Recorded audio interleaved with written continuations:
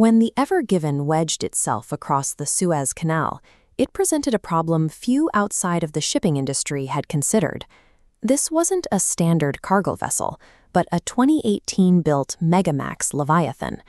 At 400 meters long and weighing over 220,000 tons, it has the capacity to carry more than 18,300 containers. The Suez Canal functions as the primary shortcut between the Mediterranean and Red Seas. Roughly 19,000 ships pass through this corridor annually, accounting for 12% of all global trade. The only alternative for ships moving between Asia and Europe is a detour around the Cape of Good Hope at the southern tip of Africa. Because bypassing the canal adds 7 to 15 days to a voyage, modern supply chains are built on the assumption that this 200-meter-wide passage will always remain open. On March 23, 2021, intense desert winds hit the Ever Given's massive hull, acting like a sail and pushing the vessel off heading. Large ships in narrow waterways experience the bank effect. Displaced water creates low pressure near the shore, sucking the stern toward the bank. Moving at 13 knots to maintain steering against wind, the crew lost control.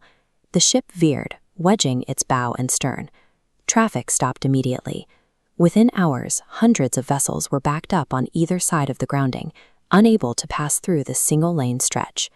With only 70 meters of clearance on either side of the hull, a vessel this scale leaves almost no margin for environmental or mechanical error.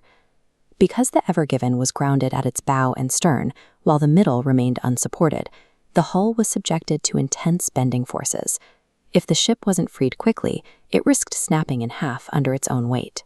Standard tugboats were powerless against the friction of 220,000 tons of steel pressed into the sand.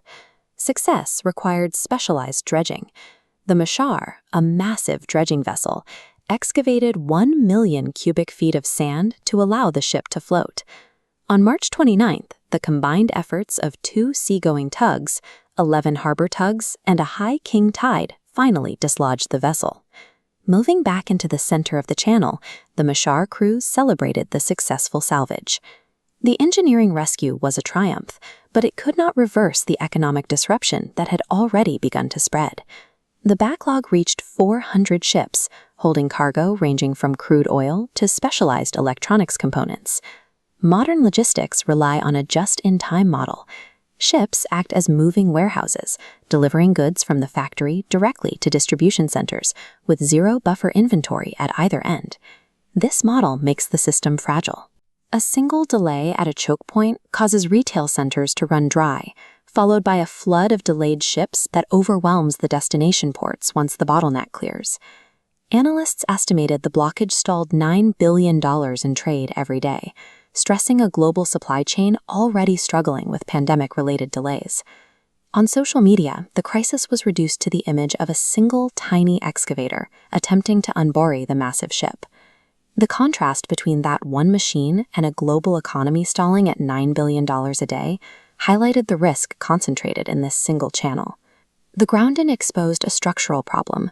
Ships have reached Megamax proportions to increase profit margins, but they are now operating at the physical limits of the canal's infrastructure.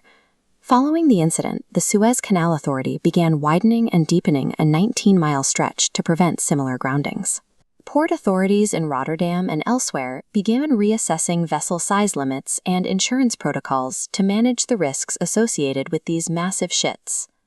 The Ever Given incident demonstrated that the global economy depends on a handful of narrow, physical corridors.